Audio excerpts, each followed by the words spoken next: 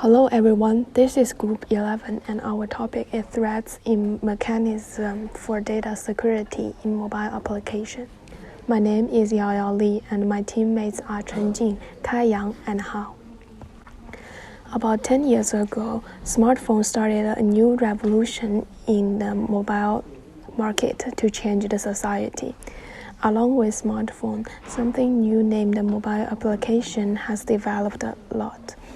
There are thousands of different types of applications in different application stores like Apple Store and Android application store.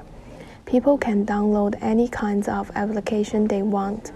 Therefore, mobile applications have already become a part of daily life to help people live in a more convenient and comfortable way. Since mobile applications are useful to our life, people start to concern about the security. Is it safe to transfer money on the mobile application? Will all the personal information be hacked by someone? All kinds of questions come up with the growth of mobile applications. Mobile threats refer to some malwares, virus, or spyware in mobile devices to cause some harmful and insecure effects. With development of mobile applications, more and more functions in mobile applications are exploited, which also leads to have more openings for threats. Mobile applications are facing all kinds of challenges in security. There are some threats related to mobile applications that developers should think about. Some common threats are insecure data storage, broken cryptography, weak server-side control, client-side injection. In addition, other new threats will appear with development of mobile applications. Not only developers, but also users will face more challenges on security of mobile application. Our job is try our best to detect and prevent the threats with all kinds of improvements. Now I will pass it to Chen Jing to talk about security of data storage. The primary concern of mobile application security is always data security, specifically the security of sensitive data. So, what types of data are considered sensitive? Here's the result of a survey. As we can see, the passwords are of course the secret. But apart from this, people also consider chat messages, emails, and even files stored on the mobile phone as sensitive. So, talking about security of data, we are not only considering crucial data such as passwords, but also the personal information and activity history of users. Before we can secure the data, we want to have data stored in a safe place. Mobile app data can be stored locally or remotely. Nowadays, connectivity is one of the most important properties of the mobile computing, and many apps move the majority of data to the remote. This is an example of the app architecture on an Android phone. The application has the data stored on the remote server, while still supports offline data storage. The data is retrieved from the web service and persisted in local database, the SQLite, to achieve better availability and performance. The data on mobile devices is faced with attacks such as malwares and botnets. The loss of devices also puts data security in risk. There are several points that an attacker can touch it on, such as key stores, which store the passwords, and the file system and databases of the applications. Here are some common mechanisms used to secure mobile application data. They are data encryption and access control, including device lock and authentication, app-wise authentication and authorization, app permissions. It's also discussed that outsourcing data to the cloud may lead to better availability and confidentiality.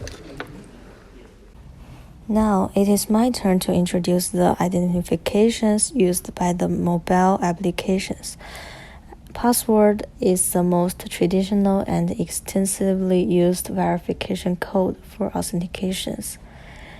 There are some other reliable and widespread authentications are being used by the smartphone nowadays. These authentications used are largely depends on the sensors on device. For example, the shift from Touch ID to Face ID used by iPhone.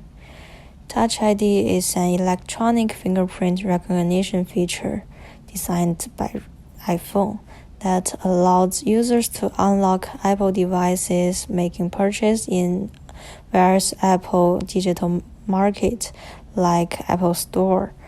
Also, it allows authentication Apple Pay online or in apps. It has been part of all iPhones since 2013 until 2017. Face ID is initially released in November 2017 with the iPhone X. It is a facial recognition system designed and developed by Apple. It is the successor to Touch ID. The system allows biometric authentications for unlocking a device, making payments, and etc., just like Touch ID. The only time I saw Voice ID was being used is on a Chinese app called WeChat. It allows people to read a list of numbers and it will save their voice. After saving successfully, the user could log in their account by reading the same numbers that saved in the system. Based on my own experience, it doesn't work so well. To log in, I must keep my intonation, speed, and voice all pretty similar, and be in an absolutely quiet space.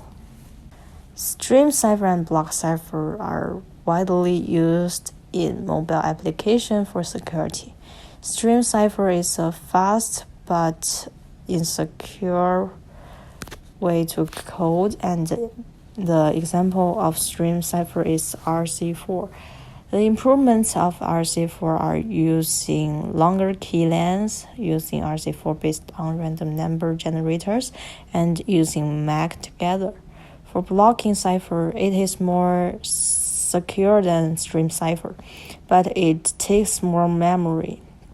The examples of block cipher is AES, and the mobile applications of using AES are email and e-commercial applications.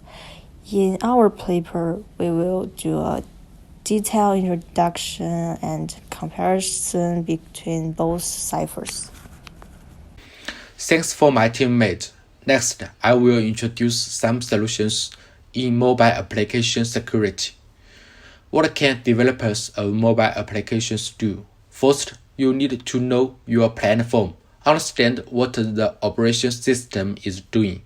How does the operation system link libraries to your application? Besides, you need to know your tools. What gets included in that compiled program? How can attack read my compiled program? Finally, you need to know where everything is stored. This includes files you save, configuration information. From the point of users, you should not rely on built-in key stores, and you should avoid storing sensitive data on that devices. If you have to, encrypt with PBE master key encryption. In conclusion, mobile applications and related security breaches receive a lot of media attention. From the point of users, your phone can't be 100% safe, but you can make it hard. So, know your data, know your platform, and use that technology to protect your applications. Thank you for listening our presentation. Next is our reference. Thank you.